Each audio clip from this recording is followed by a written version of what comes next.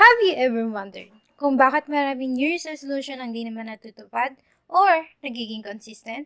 Some may work, pero sa iba, sobrang hirap talaga. Gusto mo bang may iba naman? Kuya Jay's got you! Let's talk about in this podcast titled New Year's Revolution. Happy listening! Hi guys, welcome to our very first podcast. It's No Excuses with Kuya Jays. Okay, so matagal ko nang pinaplanong gawin to pero yeah. So matagal ko na siyang pinaplano and ito, ginagawa na natin and hopefully the goal of this vodcast is really just to, share things that I really like and hopefully may makuha at may pulot kayo dyan. So maraming salamat. First of all, I just want to thank God Almighty kasi siya yung reason kung bakit nag-start tayo dito. And we hope that 2024 will be the year for our plans. And anyways. Alright, so narinig nyo kanina, yung topic natin is about New Year's resolution. Pero binago ko yung title. Ang title natin is New Year's Revolution. So, medyo napapaisip lang. So, I was doing the concept na ginagawa ko tong um, podcast na to or vodcast na to, video podcast na to. While I'm doing this, I was actually thinking, ano ba yung pinaka-common na pinag-uusapan pagpasok ng taon? And one of the things na pinag-uusapan madalas is New Year's resolution. And sabi nga dun sa introduction kanina, have you ever wondered na bakit parang napakahirap na madaming hindi natutupad, ang hirap maging consistent when you set New Year's resolution. Kasi for example sa akin, lagi ko New Year's resolution for the past years is really to lose weight pero hindi ko talaga siya nagagawa. And instead of losing weight, I'm gaining even more. So hopefully this podcast or this podcast will actually help me to get myself motivated na to make no excuses. Okay? So when we say no excuses, dapat no excuses talaga. When you wanted to do something, maraming paraan para magawa mo yung mga bagay-bagay na yan. So kahit may mga harang, mayroong mga pwedeng pumigil, dapat no excuses, gagawin mo pa rin siya at gagawa ka ng paraan. Sabi nga kasi, pag gusto, may paraan. Pag ayaw, maraming dahilan. So, I change it. So, let's talk about the topic natin. So, the first thing is, pinalitan ko is yung resolution to revolution. One thing siguro na possible reason, kung bakit hindi natutupad or nagiging, one possible reason, ano ba yan? One possible reason siguro kaya hindi natutupad or hindi nagagawa talaga yung New Year's resolution, it's because it's called a resolution.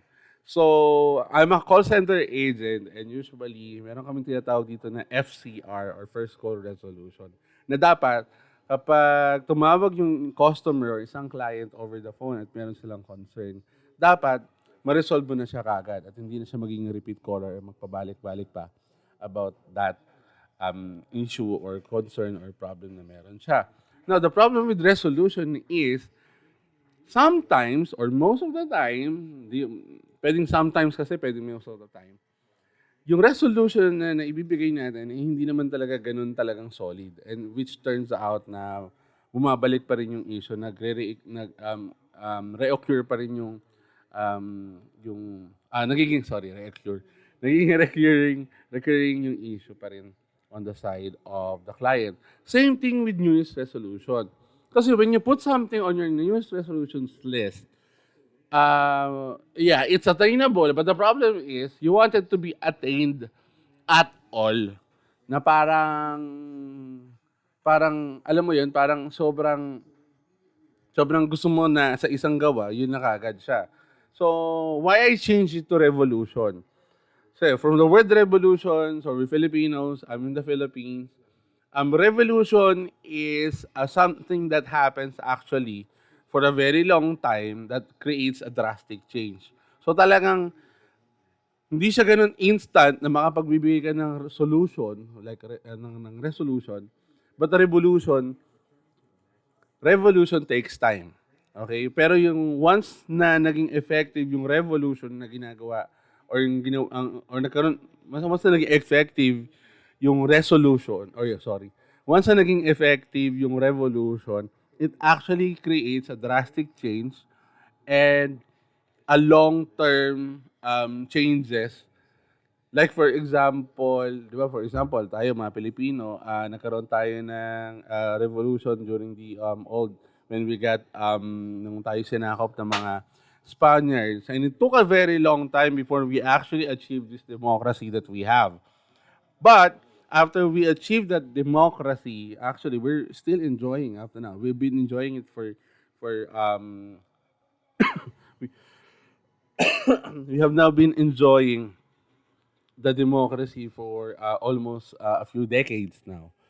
So, ang goal siguro, the best siguro is not New Year's resolution, but change it to revolution. So, kasi when it comes to the change that you wanted to achieve, meron kasing huge difference talaga silang dalawa. So, kung ang magiging mindset mo is, alright, so I'm gonna like do this ng paunti-unti. May times na I'm gonna do it really hard. May times na I'm gonna do it really light. Unti-unti lang, no excuses. I'm pretty sure there was gonna be like a big difference sa magiging outcome. Tapos hindi masyadong mahirap na, hindi ka masyadong mababurn out na sa paggawa ng mga bagay na gusto mong gawin. Okay? So, replace resolution with revolution. Second, know where you are now and be real and true to yourself. So what do I mean by this? Most of the people na nagkikreate ng New Year's resolution, ito lang kasi yung siniset nilang goal. Ito yung siniset nilang goal kasi pagkakalam nila, ito sila. Now, you have to understand na in order for you to be successful in changing yourself, you really have to understand saan ka nang gagaling. Nasaan ka ba talaga? Okay? Kasi baka mamaya sasabihin mo, okay, today January, by April, by summer, gusto ko may abs na ako. No? But you're not even looking at yourself, you're not even really looking at your resources or the possibility na kaya mo ba talaga siyang magka-abs? Kaya mo pa talaga magka-abs bago mag-summer? Or dapat mo munang pag-aralan, tingnan muna yung sarili mo kasi we have different kind of body structures eh. No? So we actually lose fat differently. Okay, hindi tayo pare-parehas. Magkakaiba tayo ng required calorie intake. So pag calorie deficit, magkakaiba siya. Wow, grabe, alam ko 'tong mga salitan 'to. Kasi isa rin sa mga New Year's resolution ko is really to lose weight. Actually, to be honest, I wanted not really to lose weight. Sabi ko, by the end of the year, ang goal ko is bumata ako ng 10 years. Di ba? Kasi right now, I'm 38 as we speak. Okay, first. And I wanted like to really at least bumata ako. Kung hindi man 10 years, 5 years by the end of the year. So that would actually consist of being good to myself, mental health, physical health, spiritual health as well. So, I have to understand saan ako nanggagaling. Ano ba yung timbang ko ngayon? Ano ba yung reality? Ano ba yung totoo na ano yung possibility or chance talagang magkaka-abs ako by summer, parang gano'n. So, some people wanted to do that. And you have to accept ano ba talaga yung alam mo. So, for example, ang New Year's resolution mo, sorry, nabubulan. Ang example, ang New Year's resolution mo is matuto kang magluto. Now, my question is, bago ka umawak ng sandok o ng kutsilyo, are you sure na kaya mong humarap sa init, like sa apoy, sa kumukulong mantika, kumukulong tubig, kahit pa paano, kaya mo bang i-convince yung sarili mo na ready ka na, pwede kang matalsikan ng mantika, or kung di ka man magluluto, magbe-bake ka na, pwede kang masunugan. So you have to understand na dapat meron ka ng mga ingredients, yung mga gamit na meron ka. And at the same time, sa sarili mo, alamin mo, ano mo ba yung level mo ngayon? Okay, alamin mo, ano ba yung level mo na pagkakaalam mo when it comes to cooking or baking, something like that. So that would actually help no? Kasi mas alam mo kung gaano kalalim yung problema. Hindi naman problema. Alam mo kung gaano kalalim yung kung anong meron kang gustong baguhin. Kung alam mo yun, advantage mo yun para malaman din yung mga paraan in order for you para maabot yung change na yun. Kasi sabi dito, knowing and accepting where you are right now are two different things. Okay, so that's dapat i-agree natin yan. No? Pwedeng alam mo lang, pero you don't really accept it or hindi mo pa na-accept. Because sometimes, sabi dito, you already know something but you're having problems realizing it because you can't accept it. So parang, there's actually two things na when I was actually listening to Jordan Peterson, marami nakakilala sa kanya. Meron siyang tinakil about psychology. May dalawang terms siyang tinukoy. It's about the casual contempt and collaborative empiricism. So casual contempt, ito yung naririnig mo sa mga power speakers na parang, oh, no excuses, dapat kahit pagod ka, tumayo ka, mag-gym ka, kahit nahihirapan ka, sige, go lang. Push mo yung sarili mo. So to the point na parang you're starting to hate yourself. Kasi parang, ano ba naman to? Ito lang kasaya. Kung di ko magawa, ang sarili ko, wala na akong pag-asa. You're starting to hate yourself for pushing yourself or forcing yourself from doing things that will brought you to that change. And that's what they call casual contempt. Malawak yan. Okay? It's only one of those examples. Thank you for tuning in. You're now listening to No Excuses with Good Jays. Now, yung collaborative empiricism, sabi niya, nagkaroon siya ng client before na he wanted to do a lot of changes in his life. So sabi niya, ang question niya lang is parang, how do you significantly want na magbago yung buhay mo? Sabi niya, I just wanted to improve. Kasi I'm really a busy person. Madami akong ginagawa. So, pero feeling ko, meron akong mga bagay na hindi ko napapansin na kailangan kong gawin. Sabi niya gano'n. Ngayon, sabi ni Jordan sa kanya, he was actually asked na, kailan ka huli naglinis ng kwarto mo? Kasi most of the people, especially busy people or not busy people, especially, may mga tamad din, gano'n. Yung isa sa mga parang nane-neglect nila yung paglilinis, bahay, sa kwarto nila. So sabi niya, simulan na lang natin doon sa paglilinis ng kwarto mo. So after that, nagkasundo sila, collaborative. So isabihin, tulong silang dalawa. So ang ginawa nung kanyang client on the first week, so first week nung client niya, ang ginawa lang ng client niya is inakit niya yung vacuum cleaner. Pero nilagay niya lang dun sa door. Okay, dun sa door. Isang linggo yun lumipas, hindi niya nagalaw yung vacuum cleaner, andun lang sa door ng room niya. So, as in talagang hindi niya nagamit, dinaan-daanan niya lang. And then after a week, they met again. So, kinamusta siya? Kamusta? Nakapag-start ka ba maglinis ng kwarto mo? Sabi niya, nahihiyaman ako aminin, pero hindi ko man lang nagawang linisin yung kwarto ko. Actually, nilagay ko lang yung vacuum dun sa labas ng pinto ng room ko. Pero sa sobrang busy ko, dinaan-daanan ko lang siya all this week. Ngayon sabi sa other people, sa ibang tao, sasabihin nila, ay, pambihira naman. Parang, ano ba yung, gusto mo ba talaga magbago? Kasi, common people are like that. You know, your friends, your other people, your parents, or relatives. Gusto mo talaga magbago, dapat day one pa lang, ginagawa mo na siya. Parang gano'n, no? But with collaborative empiricism, it does not work that way. You have to acknowledge na, okay, it's fine. 1 week, hindi ka nakapaglinis, pero look at the bright side. Nadala mo yung vacuum doon malapit sa kwarto mo. So, ibig sabihin, somehow, you made a change. No? Kahit maliit lang, you made a change. So, hopefully, unti-unti, while we realize it, and while we appreciate those small changes na ginagawa natin, unti-unti, makakapag-start ka na maglinis ng room mo towards to the point na yung mga gusto mong ma-achieve sa buhay mo, ay magawa mo na. Okay? So, know where you are, be real, and true to yourself. And the third one, na meron ako dito, take one step at a time. You are on your own. When it comes to New Year's resolution or things that you wanted to change for this year, you have to understand that you have to take one step at a time. You are on your own. So when I said you are on your own, I'm not saying na, wala ka ng moral support sa ibang tao. That's not what I mean.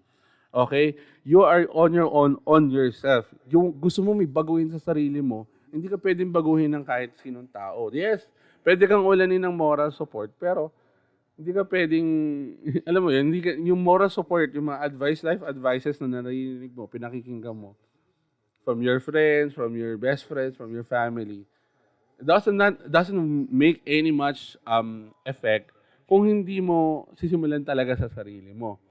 Now, the common problem is people recognize it na yeah, I have to do it for myself. Ako talaga dapat to. But most of them, ang gusto nila kaagad, parang day one pa lang, magawa na nila kaagad yung gusto nilang gagawin. So parang ang ginagawa nila, parang gusto nila day one pa lang, nandun na sila kaagad sa tuktok ng nasa tuktok na kaagad sila ng bundok. Kaya nangyayari, parang instead of magtuloy-tuloy siya, ang kakatamaran na, hindi na siya nagagawa. Yung changes, hindi na nangyayari. So my advice is, take one step at a time because you are on your own. Wala ka namang kalaban dito. Wala kang, hindi mo dapat kino-compare yung sarili mo sa iba. Wala kang kakarera. It's gonna be you and yourself. Take one step at a time. Okay? Nung January 1, naalala ko, the first thing I did, sabi ko, for me to lose weight, magsisimula muna ako sa paglalakad-lakad. Okay? So, hindi muna ako mag-gym, kasi nga, hindi pa talaga pwede sa akin mag-gym. Maglalakad-lakad lang ako. So, January 1, pagkatapos, as in morning talaga, 6 a.m., naglakad talaga ako sa labas. And there's a route, merong route na gusto kong ikutin dito somewhere, kasi I live in Taytay, malapit ako sa Taguig. Merong route na gusto kong ikutin. So, mga 2 kilometers siya pag papunta, sa 4 kilometers pag pabalik. Paikot lang siya. From Taytay, C6, tapos paikot siya rin sa may tulay na nagbahati sa boundary between Pasig and Taguig. Iikot lang ako doon. Yun talaga yung pinaka-goal ko. Pero noong January 1, hindi ako umabot doon. As in, kalahati lang. Tapos nakaramdam na ako ng pananakit sa paa ko. No? I wanted to push myself. Okay, don't get me wrong. Gusto ko i-push kasi gusto ko nga magawa siya. Ang problema, lumabas yung problema sa katawan ko na masakit siya sa paa. Sumasakit yung paa ko. Siguro dahil mabigat nga talaga ako. Tapos sumasakit yung hita ko. So, hindi ko siya magawa. So, ang ginawa ko, meron akong kasama nun. Kasama ko yung friend ko, si Earl. Nakakatuwa kasi habang naglalakad kami, nagkukwentuhan kami, hindi namin napapansin yung oras. So, almost 1 hour na pala kami naglalakad. Pero hindi ko na kumpleto yung route na gusto ko. So, anong nangyari? Bumalik na kami. Medyo pasikat na rin yung araw noon. Bumalik kami kasi nakauwi kami. Did I feel disappointed? Actually, no. I did not feel disappointed at all. I actually complimented myself from doing something on January 1. No? Same thing with the people. Kasi nung naglalakad kami along C6, no, sa mga nakakaalam, yung C6 ay kilala na bilihan ng mga pyesa ng mga motor. Okay? Habang naglalakad kami sa C6, I'm saying, nakakuha ko ng inspiration. Kasi may mga nakita akong shop na talagang January 1 at 6 or 7 a.m., bukas na sila. Natitinda na sila kagad. As in talaga, maraming sarado. Okay, January 1, guys, puyat, lasing yung iba, tapos mga nag-inuman, tapos party-party. Pero merong mga shop na nakabukas. May pharmacy na bukas, may motor shop na bukas, may vulcanizing shop na bukas. But most of the stores, sarado talaga. So ako iniisip ko, yung mga nagbukas ng January 1, parang they wanted their 2024, they wanted to start their 2024 very strongly na hindi kami magpapatumpik-tumpik. January 1, magbubukas na kami kagad ng business para, alam mo yon, parang motivation din siya, no?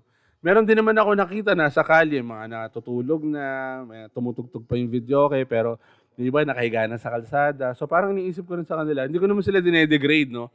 Pero iniisip ko lang, all throughout this year, kaya will they gonna be like that? Na happy, magiinom, you know, they're gonna spend their whole year like that. So I'm not trying to be mental, but naniniwala kasi ako na parang inumpisahan ka ng isang bagay at the very first thing in the morning or very first thing siguro in the taon or ng buwan, at magagawa mo siya consistently. malaki yung magiging effect nun sa buhay mo. At yun yung para magiging practice mo siya everyday. To the point na parang kulang na dahil hindi mo na siya pag hindi mo siya nagawa isang araw. Going back to my story, January 1, that was Monday, sumakit yung paa ko. Kinabukasan, sobrang sakit ng paa ko. As in, sobrang sakit. As in, talagang, hindi ko alam kung hindi ako makalakad. Hindi ako makalakad. Yung aking kanang paa, bandang ilalim. Hindi ko alam kung dahil sa uric acid. Sobrang sakit niya talaga. Kasi hindi ko siya maitungtong. So, naghanap ako ng way in order for me na to exercise myself, no? So, ang ginawa ko, dahil hindi pa naman ako makakapag cardio, HIIT, at di ka ako makalakad. Nung medyo nakakalakad-lakad ako ng konti, nagigib ako ng tubig. As in, binaldi-baldig yung tubig, naglagay ako ng tubig sa CR, ganyan. Para lang at least kahit paano, I did something for myself, physically, one step at a time, little by little, may ginawa ako para sa sarili ko to make sure na na-engage ko yung sarili ko into physical activity. So, take one step at a time because you are actually on your own when it comes to improving yourself and improving your life. Now, there are things na I want to advise as well na hopefully matakal din natin siya sa mga susunod na matakal natin siya sa mga susunod nating podcast. So, I will be uploading this podcast sa Spotify and then I'm gonna be also uploading this sa YouTube. Kaya nga may video podcast. Hello guys, shout out here. Alright, so first, write down the things that you want to happen for this year. So, let's do the New Year's resolution na. Write down the things that you wanted to happen for this year on a piece of paper or whatever app. Basta kahit saan. Gusto mo siya ilagay sa kartolina, sabit mo sa harapan ng office mo, sa pinto mo, or pagising mo, sa kisame, bahala ka. Write the things that you wanted to happen for this year. Second is you create a vision board. So, ngayon hindi pa ako nakakagawa ng vision board, pero more likely sa susunod na podcast, baka gumawa ko ng i-discuss natin yung vision board na gagawin ko. Okay? Third, this is very simple, but it creates a very big impact. Compliment yourself first thing in the morning. It's okay. Pagising mo, sabihin mo na, tingnan mo sarili mo sa, ang pogi ko, ang ganda ko, okay lang yan, walang problema. Just compliment yourself first thing in the morning. And then lastly, never force yourself if you do not feel doing it. So, marami magagalit sa akin dito. Never force yourself kung di mo gusto. Ganyan nga dapat eh. Walang mangyayari sa'yo pag magpapadala ka sa... No, that's not my point. Ang ibig ko sabihin, never force yourself if you do not feel doing it, okay? Basta, just look for an alternative. So, kagaya na ng ginawa ko, day 1, nag-walking ako ng mahaba, nanakit yung pa ako. Day 2, instead of forcing myself for doing it, kasi hindi ko na talaga siya feel dahil masakit eh. Diba? I just look for an alternative. Nag-igib ako ng tubig or nagbuhat ako. I clean the house. So, just to engage myself physically. Okay? So, thank you for listening, guys. Yun yung ating first episode ng ating vodcast. So, it's no excuses with KJs. I just want to thank all of the listeners right now. Feel free to comment down below kung ano yung mga suggestions nyo, o kung may napulot ba kayo, may napala ba kayo sa mga pinagsasabi ko dito. But anyways, I'm gonna see you guys for the next podcast. Thank you. See you on next episode. And no excuses. It's KJ. Thank you for listening to No Excuses with KJ. See you on next episode.